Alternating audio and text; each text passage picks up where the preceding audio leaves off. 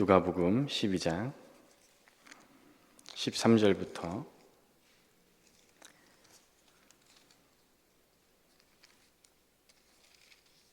34절까지입니다. 12장 13절부터 34절까지 함께 봉독하시겠습니다. 무리 중에 한 사람이 이르되 선생님, 내 형을 명하여 유산을 나와 나누게 하소서 하니, 이르시되 이 사람아, 누가 나를 너희의 재판장이나 물건 나누는 자로 세웠느냐 하시고, 그들에게 이르시되 삼가 모든 탐심을 물리치라. 사람의 생명이 그 소유에 넉넉한 데 있지 아니하니라 하시고, 또 비유로 그들에게 말하여 이르시되 한 부자가 그 밭에 소출이 풍성하매 심중에 생각하여 이르되 내가 곡식을 쌓아둘 곳이 없으니 어찌할꼬 하고, 또 이르되 내가 이렇게 하리라. 내 곡간을 헐고 더 크게 짓고 내 모든 곡식과 물건을 거기 쌓아두리라. 또 내가 내 영혼에게 이르되 영혼아, 여러 해 쓸 물건을 많이 쌓아두었으니 평안히 쉬고 먹고 마시고 즐거워하자 하리라 하되, 하나님은 이르시되 어리석은 자여, 오늘 밤에 내 영혼을 도로 찾으리니 그러면 내 준비한 것이 누구의 것이 되겠느냐 하셨으니, 자기를 위하여 재물을 쌓아두고 하나님께 대하여 부여하지 못한 자가 이와 같으니라. 또 제자들에게 이르시되 그러므로 내가 너희에게 이르노니 너희 목숨을 위하여 무엇을 먹을까, 몸을 위하여 무엇을 입을까 염려하지 말라. 몸이 음식보다 중하고 몸이 의복보다 중하니라. 까마귀를 생각하라. 심지도 아니하고 거두지도 아니하며 골방도 없고 창고도 없으되 하나님이 기르시나니 너희는 새보다 얼마나 더 귀하냐. 또 너희 중에 누가 염려함으로 그 키를 한 자라도 더할 수 있느냐. 그런즉 가장 작은 일도 하지 못하면서 어찌 다른 일들을 염려하느냐. 백합화를 생각하여 보라. 실도 만들지 않고 짜지도 아니하느니라. 그러나 내가 너희에게 말하노니 솔로몬의 모든 영광으로도 입은 것이 이 꽃 하나만큼 훌륭하지 못하였느니라. 오늘 있다가 내일 아궁이에 던져지는 들풀도 하나님이 이렇게 입히시거든 하물며 너희 일까보냐. 믿음이 작은 자들아, 너희는 무엇을 먹을까 무엇을 마실까 하여 구하지 말며 근심하지도 말라. 이 모든 것은 세상 백성들이 구하는 것이라. 너희 아버지께서는 이런 것이 너희에게 있어야 할 것을 아시느니라. 다만 너희는 그의 나라를 구하라. 그리하면 이런 것들을 너희에게 더하시리라. 적은 무리여, 무서워 말라. 너희 아버지께서 그 나라를 너희에게 주시기를 기뻐하시느니라. 너희 소유를 팔아 구제하여 낡아지지 아니하는 배낭을 만들라. 또 하늘에 둔 바 다함이 없는 보물이니 거기는 도둑도 가까이 하는 일이 없고 좀도 먹는 일이 없느니라. 너희 보물이 있는 곳에는 너희 마음도 있으리라. 아멘. 어디에 보물을 쌓고 있는가? 이런 제목으로 말씀 생각하고 기도하겠습니다. 예수님께서 걸으시는 방향은 늘 한 곳, 한 방향을 보고 걸어가셨습니다. 예루살렘을 향해, 십자가를 향해 그 길을 걸어가시는 중입니다. 12장 1절을 보시면 그동안 무리 수만 명이 모여 서로 밟힐 만큼이 되었다, 이렇게 시작을 합니다. 예수님을 향해, 예수님을 바라보고 나오는 사람들이 수만 명이 되었다. 사복음서에 이런 기록이 있나 싶을 정도로, 물론 오병이었대 어른만 5천 명이면 우리가 늘 말하듯이 남자와 여자아이까지 합치면 한 2만 명쯤 됐다라고 우리가 생각합니다만, 여기 이렇게 직접적으로 무리 수만 명이 모였다 이렇게 기록된 것이 별로 없는데 서로 밟힐 만큼 많은 사람들이 모이게 됐다. 지금 한국에는 대통령 탄핵 사태로 인해서 찬반으로 나눠져서 엄청나게 모이고 있죠. 저희가 사진으로만 봐도 얼마나 많은 사람들이 거기 지금 모이고 있는가를 보게 되는데, 2002년에 그 광화문에 저도 한번 나가서 그 응원할 때 나가봤는데 정말 끝이 보이지 않습니다. 끝이 보이지 않을 정도로 많은 사람이 모이는 게 수만 명이에요. 지금 여기 그냥 글로 수만 명이지만 정말 한번 생각해 보십시오. 끝이 보이지 않을 시야에 가득 사람들이 가득 모여 있는 그런 광경. 그렇게 많은 사람들이 예수님께 모여들었다.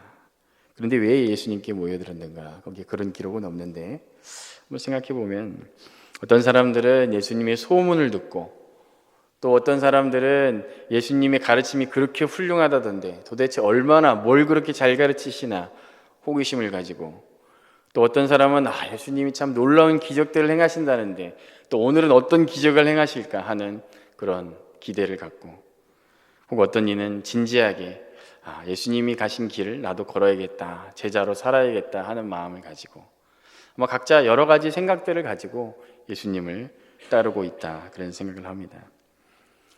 주목할 부분은 모두가 순수한 믿음을 가지고 지금 예수님께 나온 것은 아니라는 걸 우리가 좀 전제해야겠습니다. 오늘 13절 본문에 그런 사람 중에 한 사람이 예수님께 나와 이렇게 얘기하죠. 무리 중에 한 사람이 이르되 선생님, 내 형을 명하여 유산을 나와 나누게 하소서 하니, 호칭부터 벌써 주여가 아니죠. 선생님입니다. 선생님. 벌써 호칭부터 지금 이 사람이 어떤 자세를 갖고 예수님을 따르는가가 볼 수 있죠. 주여가 있고 랍비여, 선생이여. 지금 이 사람은 예수님을 그저 선생 정도로 바라보고 있는 것이죠. 억울한 일을 당했던 것 같아요. 무슨 사유인지는 기록하지 않지만, 말하지 않아서 모르지만 형을 명해서 유산을 나와 나누게 해달라. 이 동생이 지금 형으로부터 부모님이 남겨두신 유산을 자기가 받아야 될 만큼 아예 못 받은 것인지 뭐 얼마나 못 받은 것인지 그런 건 알 수가 없습니다. 하지만 자기 몫을 좀 받고 싶다, 그거를 예수님께 와서 얘기합니다. 왜 예수님께 와서 이런 부탁을 하는 걸까요? 당시 재판관이 없는 것도 아니었을 텐데 왜 예수님께 와서 이런 부탁을 하는 걸까? 아마 나름대로 해봤는데 안 됐던 것이 아닐까 싶어요. 나름대로 해봤는데 형이 이미 뇌물을 써서 안 되는 건지 모르겠습니다. 하지만 그렇게 많은 사람들이 예수님을 따르고 있고 사람들이 그렇게 우러러보고 그 많은 사람들이 그렇게 귀하게 생각하는 예수님이 혹 말하시면 자기 형이 마음을 돌이켜가지고 듣지 않을까라는 기대를 가지고 예수님께 그런 부탁을 했지 않았을까 생각을 해봅니다.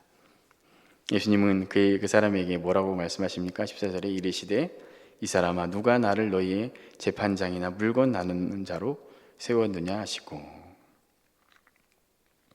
그리고 15절에 그들에게 이르시되 삼가 모든 탐심을 물리치라. 사람의 생명이 그 소유에 넉넉한 데 있지 않다. 이렇게 말씀하십니다. 예수님은 이 짧은 대답을 통해서 예수님 무엇을 위해 오신 분인지, 지금 예수님이 무엇을 향해 걸어가고 계신 분인지 다시 한번 분명하게 말씀을 해주십니다.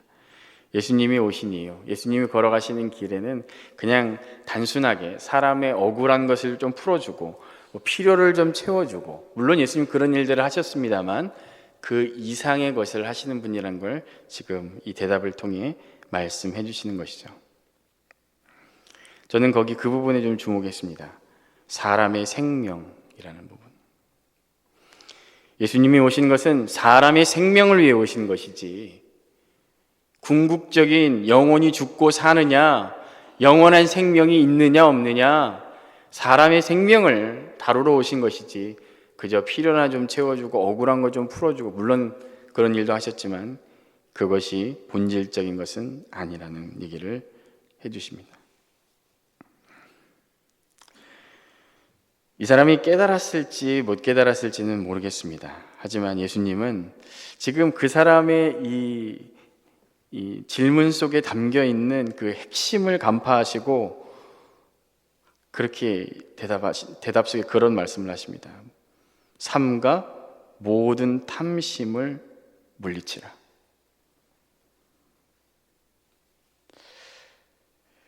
무엇이 문제였냐면 돈을 못 받는 것보다, 돈을 못 받는 것이 문제가 아니라, 억울한 것이 문제가 아니라 지금 그 사람 마음속에 있는 그 근본적인 생각, 소유가 있으면 자기는 넉넉하게 살 것이고 걱정 없이 살 것이고, 소유가 있으면 문제가 다 해결된다고 생각하는 바로 그 탐심, 내가 죽고 사는 것은 그 돈에 달려있다고 생각하는 그 탐심, 그것이 더 근본적인 문제라는 것을 예수님이 얘기하시고, 탐심을 물리쳐라, 사람의 생명이 소유가 넉넉한 데 있는 것이 아니다라고 더 본질적인 얘기를 해주시는 것이죠. 한번 가정을 해볼까요? 이 사람이 자기의 몫을 형으로부터 돌려받았다고, 원래 부모님이 남겨주시려고 했던 몫을 돌려받았다고 한번 가정해 봅시다. 그러면 그 사람이 죽을 때까지 그 유산으로 평생 만족하면서, 야, 나는 이제 유산 받았으니까 평생 만족해, 그러면서 살았을까요? 아닐 겁니다. 그 본질적인 소유에 자기의 생명을 두고 살아가는 그 탐심에서 해방되고 자유하지 않는 한 계속해서 문제는 반복될 뿐이었습니다. 그 사람에게, 아니면 또 다른 사람에게, 아니면 또 누군가에게. 예수님은 그래서 그 사람의 이 대답에 이어서 우리에게 어리석은 부자에 대한 비유를 말씀하시죠. 잘 아는 비유고, 오늘도 우리가 읽어서 내용을 제가 다시 말씀드리지는 않겠습니다. 비유 속의 부자는 창고에 더 쌓아둘 것이 없을 정도로 많은 곡식을 쌓아두고서 뭐라고 얘기합니까? 더 큰 곡간을 지어야겠다. 쌓아둘 곳이 없게 쌓아두어서 이제 더 큰 창고를 짓고 곡간을 짓고, 나 이제 좀 편하게 좀 먹고 쉬고 놀아볼까, 그렇게 생각을 했다, 이런 얘기 하시죠. 그러면서 그 부자가 어리석다, 이렇게 말씀하십니다. 왜 그 부자가 어리석습니까? 예수님 말씀하셨듯이 생명의 주관자가 되신 하나님을 모르고, 생명의 주관자가 되신 그 코에 호흡을 넣고 거두게 하실 수 있는 하나님은 외면하고, 하나님께서 그 호흡을 거두어 가시면 단 하나도 누릴 수 없는 인생의 본질, 그 진실을 외면하고 있기 때문에, 아무리 많은 것을 가졌다 할지라도 코에 호흡을 거두어 가실 수 있는 생명의 근원자 되시는 하나님을 모르고 살아가는 인생은 어리석은 인생이라는 것을 이 비유를 통해 말씀하십니다. 사람들은 착각하죠. 자기 손에 가진 것들, 자기 시간, 건강, 주위의 사람들, 내 손에 있으니까 내 것이라고 생각하면 삽니다. 탐심을 가지고 아무리 움켜져도요, 그것으로 인해서 우리의 영원한 생명이 주어지는 것은 아닙니다. 우리의 영원히 살 수가 없습니다. 아무리 내가 탐심을 가지고 아무리 움켜쥐고 내가 놓치지 말아야지, 이거 꽉 잡고 놓치지 말아야지 해도 지킬 수 있는 것이 아니죠. 하나님 아버지께서 우리를 살리셔야 사는 줄로 믿습니다. 하나님이 먹이시고 입히시면 아무것도 없는 들풀도 잘 입고 모든 영광을 누리고 산다 하신 예수님의 이 교훈을 우리가 잘 기억해야겠습니다. 그래서 지금 앞에 이 무리 중에 한 사람이 찾아와서 예수님께 그 소유를 돌려달라 하는 부분, 그리고 이 어리석은 부자의 비유를 통해서 예수님이 지금 가르치시려고 하시는 바는 분명합니다. 제자의 길을 가려고 하는 이들에게 어리석은 자가 되지 마라, 지혜로운 자가 되라. 그 지혜는 무엇입니까? 우리가 올해 비전으로 삼고 나아가고 있는, 먼저 그의 나라와 의를 구하는 것. 31절에 다시 말씀하시죠. 다만 너희는 그의 나라를 구하라. 그의 나라를 구하라. 탐심을 물리치고 그의 나라를 구하라. 이것이 예수님이 말씀하신 지혜요, 사람의 생명이 달려있는 중요한 일이라 말할 수가 있겠습니다. 사실 이렇게 우리가 늘 말씀을 읽고 생각하지만 아마 이 자리에 이민 생활을 하시면서 그런 경험 다 하셨으리라 생각합니다. 은행의 밸런스가 점점 내려가고 바닥이 보일 만큼 내려가고, 그런 다음 달 렌트비는 어떻게 내야 되나, 혹은 다음 학기에 자녀 학비는 어떻게 해야 되나까지 걱정될 만큼 밸런스가 내려가면 걱정이 안 될 수가 없습니다. 누구에게 도움을 요청해야 되나, 누구에게 손을 혹시 벌려볼까? 때로는 그래도 이렇게 이민 생활하면서 믿음대로 살려고 발버둥 치고 최선을 다해 사는데 하나님께서 이렇게 좀 이렇게 안 열어주시나 그런 생각이 들 때도 있습니다. 그런데 이미 여러분이 다 경험하셨듯이 하나님이 아시죠? 아십니다. 믿음 안에서 살아가고 있다는 건 그 헌신, 그 수고 하나님이 기억하시고 정하신 때가 되면 갚아주시는 줄로 믿습니다. 약속의 말씀대로 흔들어 누르고 넘치도록 부어주신다고 하신 그 말씀, 때가 되면 하나님께서 이루어질 줄로 믿습니다. 33절에 좀 재미있는 표현이 있어요. 33절을 보시면 너희 소유를 팔아 구제하여 낡아지지 아니하는 배낭을 만들라. 닳지 않는 배낭을 만들라. 재미있는 표현 아닙니까? 낡아지지 않는 배낭을 만들어라.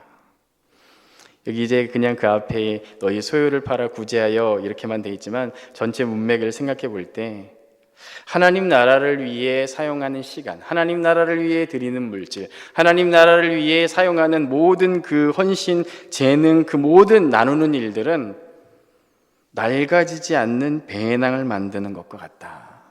그렇게 이해할 수가 있습니다. 여러분, 낡아지지 않는 배낭 몇 개나 만드셨습니까? 이 표현이 너무 재밌어서 그런 생각을 한번 해봤어요.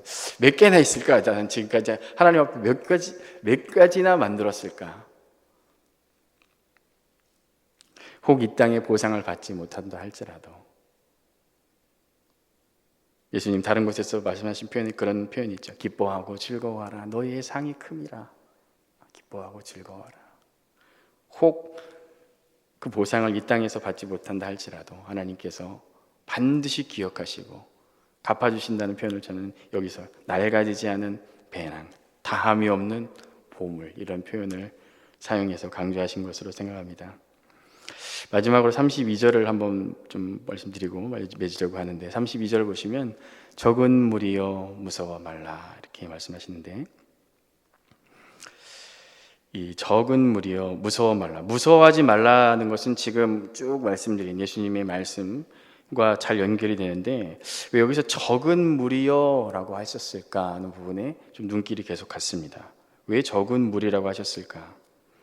헬라어로 이 적은 무리여는 토미크론, 토미온 뭐 이런 뜻인데 제가 이것을 말씀드린 이유는 이 번역이 적은 무리여일 수도 있지만 다른 번역, 더 좋은 번역이 있는데 적은 양떼여, 양떼들아 그런 표현으로 이해할 수가 있습니다.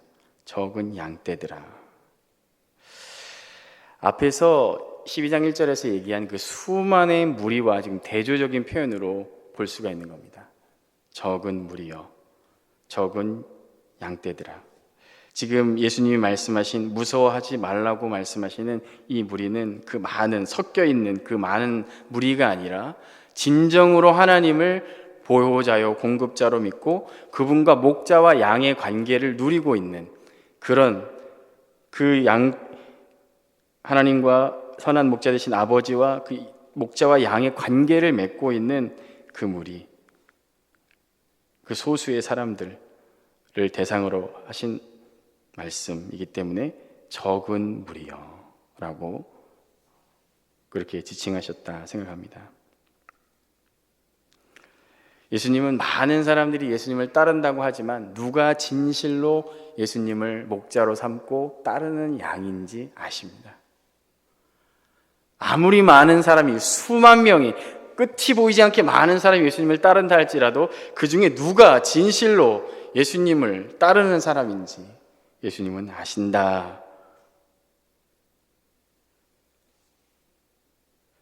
그러므로 두려워하지 말라. 때로는 세상 가운데 이리 때와 같은 그런 곳에 있는 양처럼 두려워하고 낙심되는 상황이 있다 할지라도 두려워하지 말라. 아신다. 그렇게 말씀하십니다. 이 말씀을 묵상하는 중에 한 장면이 생각이 났어요. 그 출애굽할 때 하나님께서 애굽에 재앙을 내리셨지 않습니까?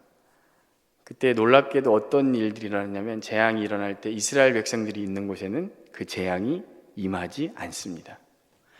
다른 곳에 있는 게 아니라 같은 공간에 있음에도 불구하고 이스라엘이 있는 곳에는 그 재앙이 임하지 않아요. 흑암의 재앙이 임하는 순간에도 이스라엘 백성들에게는 빛이 있었다. 그렇게 기록합니다. 우박이 내리는 순간에도 이스라엘 백성들에게는 우박이 내리지 않고요. 장자들이 죽어나가는데도 이스라엘 백성들에게는 장자 죽어나가지 않습니다.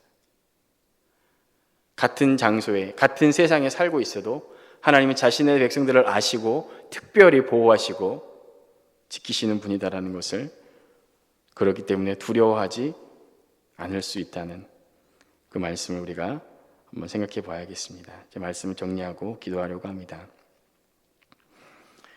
오늘도 혹시 우리 안에 어떤 두려움이나 혹은 어떤 남아있는 세상에 대한, 세상 것들에 대한 탐심이 있다면 그것을, 탐심을 쫓아버리라, 탐심을 버리라 하신 예수님 말씀 기억하고 탐심을 붙잡고 사는 것이 아니라 영원한 진리, 생명의 말씀 붙잡고 살아가는 이 하루가 되기를 소망하고요. 또 영원한 하나님 나라를 위한, 찬송으로 고백했듯이 그 나라를 바라보고 예수님 표현대로 낡지 않은 배낭을, 오늘도 우리가 가진 것들을 통해 그 나라를 위해서 살아가는 낡지 않은 배낭을 만드는 하루 되기를 소망합니다. 기도하겠습니다. 내가 사망의 음침한 골짜기를 다닐지라도 해를 두려워하지 않을 것은 주께서 나와 함께 하심이라. 주의 지팡이와 막대기가 나를 안위하시나이다. 내 평생에 선하심과 인자하심이 반드시 나를 따르리니 내가 여호와의 집에 영원히 살리로다. 아멘. 선한 목자 되신 주님 믿고 의지합니다. 사망의 음침한 골짜기로 다닐지라도 주님 함께 하시기에 두렵지 않습니다. 평생의 선하심과 인자하심으로 우리를 보호하시고 이끄시는 주님, 영원한 여호와의 집에 이를 때까지 그 나라를 위해 오늘도 우리의 모든 것들 드리며 쫓는 주의 거룩한 백성으로 서게 하여 주시옵소서. 예수님의 이름으로 기도하옵나이다. 아멘.